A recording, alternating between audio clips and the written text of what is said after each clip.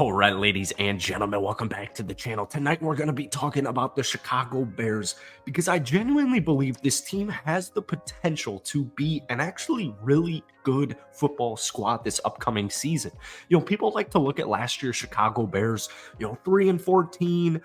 Yeah, they're not going to be a 10+1 team. And I understand, keeping expectations in check, right? I get it. The future, regardless, looks really good for the Bears. But what I think a lot of people don't realize right now is they lost 7 games by one possession. They lost 7 games last season by 1 possession. This is a Bears team that very, very, very easily could have been a 6-11 squad, a 7-10 squad, even, 5-win team. I know it doesn't sound like a big deal, but my point is, the Chicago Bears are a lot closer than people think they are. And I will say Justin Fields himself kept them in pretty much every single football game last season. Now, obviously, there were some anomalies to that, but Justin Fields is him. He's that guy. Regardless of if he makes crazy strides as a thrower, people seem to act like, Justin Fields needs to establish himself as like a 70% completion percentage guy, 35 touchdowns, single-digit interceptions. I don't need Justin Fields to take that big of a leap throwing the ball wise. What we've seen from Justin Fields in the last 10 or so games, the 63% completion percentage, if he just slightly improves from there, I think we're going to see a completely different Bears team this upcoming season. We know offense right now is winning championships. It's not defenses that are winning championships. The Bears is actually a quite intriguing group, but we'll talk about them a little later on in the video. Before we get into tonight's video, if you guys enjoyed, be sure to hit that like button, hit that sub button for daily NFL content. If you want more Bears videos, you've come to the right place. We post them a bunch of times every single week on this channel. So if we try and get this video to 250 likes, that would mean the absolute world to me. So, the Bears. All right, let's focus on the offense for 1 second here. What do the Bears have? Well, they've got their guy in Justin Fields, right? So you've got your quarterback. Well, what else do they have? They have a good run game. They have a sneaky good offensive line. My 2 concerns, if I had to pick them for the Chicago Bears, are just simply offensive line depth and youth. Like, it literally is that.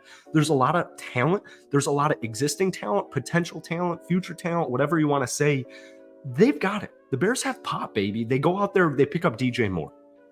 In and of himself is a huge ass deal. This is a guy who has been around the league. He has a career 5,201 receiving yards, 21 career touchdowns. These are in just 5 seasons. Just 5 seasons, but it's not just DJ Moore. We talked about that offensive line. You have the Tevin Jenkins IR visit for the first, month of the season. That does hurt. That does sting. But when he comes back, the Bears offensive line, if they're healthy, just on paper, Braxton Jones, right? We've got Cody Whitehair, he's getting paid a lot. Nate Davis, Darnell Wright, and then Tevin Jennings. On paper, that is a much better offensive line than people think. But when we get into, Tevin Jenkins going down for 4 weeks, that's when things start to get a little bit dicey, right? Because we don't want Justin Fields to, be scrambling around for his life like he was last season. But keep in mind, at the same time, they don't need Justin Fields to be a perfect pocket passer, right? Look at Cam Newton. Cam Newton's a perfect example, in my opinion, for Justin Fields. Cam can play in the pocket. He can scramble. He can throw on the run. He can get you first downs with his legs. Cam Newton had like 1 good season as a phenomenal pocket passer. For the most part, he was mobile. If you're a mobile quarterback, why do I want you being in the pocket all the time? Right now, I get it. We get into, injuries, penalties, whatever it is. But my point is, Justin Fields doesn't need to be a 70% completion pocket passer this upcoming season. There are reasons that they went out there and they got DJ Moore. There are reasons they went out there and picked up Robert Tonyan, Chase Claypool at last year's deadline. It's to simply make Justin Fields' job that much easier. And people like to use that last Bears preseason game as like, oh, this team isn't as close as people are thinking. If their last preseason game was their first preseason game, the conversations would be completely different, right? The Bears in their first preseason game, Justin Fields, these short little wide receiver running back screens to DJ Moore and Khalil Herbert, he had 150 yards and 2 touchdowns. If they were just flipped, the narrative would be completely different. My point is, it's preseason football. So we're taking it all with a grain of salt, but I still saw implementations with just simple passes screens, like we just mentioned, running back screens, wide receiver screens, just simple underneath stuff because we want the ball in the hands of DJ Moore. We want the ball in Justin Fields, Khalil Herbert's hands. So let's get him the ball, right? Let's do more screens. Let's do more short yardage. The Bears last season came in dead last in yards after catch. That's going to flip immediately with the simple addition of DJ Moore. But what people are underestimating is Justin Fields' job is going to be so much easier this upcoming season. So yes, we want him to grow as a passer, but they've equipped him with plenty of tools. Chase Claypool, Darnell Mooney coming off down seasons. That's going to change. If we have a healthy Chase Claypool and Darnell Mooney, that's changing completely. Chase Claypool came into the league, second-round pick out of Notre Dame, back-to-back 850-yard seasons. He just needs to be healthy. Darnell Mooney, he's only a year removed from a 1,000-yard season. Keep in mind, he's extremely young, and he missed, 6 or 7 games this past season? So long story short, the Bears have it now, right? They have it. This isn't a 4-win team. This isn't a 5-win team. This is going to be a team that at the very least is going to win 8 football games. They're going to hover at worst around 500 because Justin Fields is him, and he's going to establish that this upcoming season. So let's talk about this defense. I've talked a lot on this channel about how much I love this Bears secondary, but they bring in really quality veteran guys. Tremaine Edmunds. Every single season Tremaine Edmunds has been in the league, he's been over 100 tackles. Every single season. He's a 2-time Pro Bowler. Yannick Ngakoue. He brings 65 career sacks. They pick up Billings from Las Vegas Raiders. He's a quality run stuffer.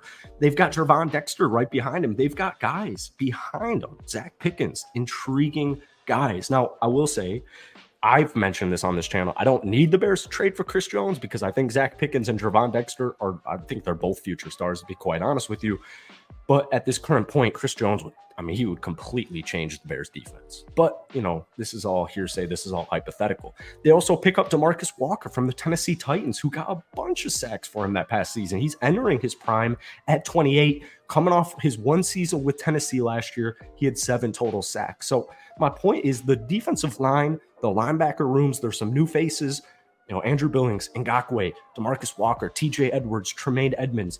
But there's existing talent on this team. The Bears defense last season, people think at the end of the year it was disastrous. By the end of the season, the defense really wasn't that bad considering all the players they traded away. And so that brings us to the secondary. There are stars on the secondary. Eddie Jackson, the ball hawk. This is a big year for Eddie Jackson. I expect him to get back to Eddie Jackson that we all know. Jaquan Brisker, I've compared him to Ed Reed on this channel. I've compared him to future or Hall of Famer Ed Reed. Like Kyler Gordon, Jaquan Brisker, last year's 2nd-round draft picks. They're poised for breakout sophomore campaigns. I think it's going to be Jaquan Brisker. Kyler Gordon needs a little bit more work, but that's also another guy they have, Tyrique Stevenson. We saw Tyrique Stevenson. He had a couple of mistakes in preseason, but he finished with 11 tackles, 2 pass deflections, and an interception in preseason. Tyrique Stevenson, this year's 2nd-round draft pick. There's something there, man. So there's young talent, but there's veteran talent coming on over for this defense. So they're going to be a lot better than people think defensively. And offensively, they've equipped Justin Fields. So I'm putting all this together, and I'm like, they're going to be a decent team this upcoming season. Let me know what you guys are thinking. Give me a win total. But if you guys enjoyed it, be sure to hit that like button, hit that sub button for daily NFL content. Can't wait for the start of the regular season. Hope you guys have a great rest of your weekend, and we'll see you next time.